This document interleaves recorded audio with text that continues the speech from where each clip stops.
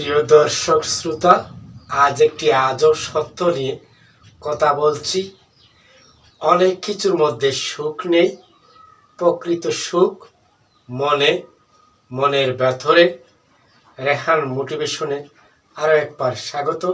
শুরু থেকে শেষ পর্যন্ত সাথে থেকে শুনতেই থাকুন, ভালো কিছু পেতে যাচ্ছেন। আজকের বিষয়, অনেক কিছুর মধ্যে সুখ নেই, সুখ আছে মনে। আবার অনেক কিছু থাকা সত্ত্বেও সুখী নয়, কিন্তু যার মধ্যে একটি সুন্দর ইচ্ছা শক্তি আছে, সেই সুখী অনেক কিছুতে ফল ধরে না, কিন্তু দৃঢ় ইচ্ছা শক্তিতে অনেক বড় ফল দেয়, ফল বয়ে আনতে পারে। দৃঢ় ইচ্ছার বলে অনেক অসম্ভবকে সম্ভব করে তোলা যায়, যার সুন্দর উদাহরণ এই বিশ্বের বুকে পর্যাপ্ত রয়েছে। যে উদাহরণ বা দৃষ্টান্ত আপনি জানেন, সেগুলোতেই অনেক শিক্ষা আছে। যে অনেক সহায় সম্পদ, অনেক বাড়ি গাড়ি থাকা সত্ত্বেও সুখ বিন্দুমাত্র নেই, একাকিত্ব আছে পর্যাপ্ত, কিন্তু সুখের ছোঁয়া নেই। আবার দৃঢ় ইচ্ছার বলে শূন্য থেকে অনেক কিছু করেছেন, তার দৃষ্টান্ত উজ্জ্বল রয়েছে।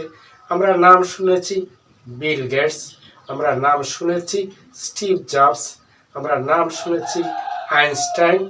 এসব মহামান্য, সুন্দর এবং বিশ্বজুড়ে যাদের খ্যাতি রয়েছে, তাদের মূলে রয়েছে দৃঢ় ইচ্ছাশক্তি এবং চেষ্টার ফল। সুন্দর ইচ্ছাশক্তি দিয়ে অনেক কিছু করেছেন স্টিভ জবস। একবার বিভিন্ন কারণে অকারণে বাস্তবতার সম্মুখীন হয়ে এই হয়েছিল অবস্থা, যেন অনেক কিছু থেকে ব্যর্থতার গ্লানি নিয়ে পথে বসেছিলেন। সেই পথে বসা থেকে তার দৃঢ় ইচ্ছা শক্তিকে কাজে লাগিয়ে চেষ্টার মাধ্যমে আবারও সেই চিরচেনা সুন্দর অধ্যায় রচনা করেছেন, প্রতিষ্ঠা পেয়েছিলেন। আমরা জানি আইনস্টাইন এত সুন্দর বক্তৃতা রাখতে পারতেন, এত সুন্দর কথা বলতেন।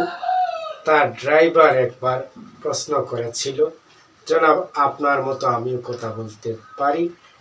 তার সেই কথা অনুসারে সে নতুন একটি সেমিনারে সুন্দর আইনস্টাইনের মতো বক্তব্য দিতে পেরেছিল, তার ইচ্ছা শক্তির জুড়ে।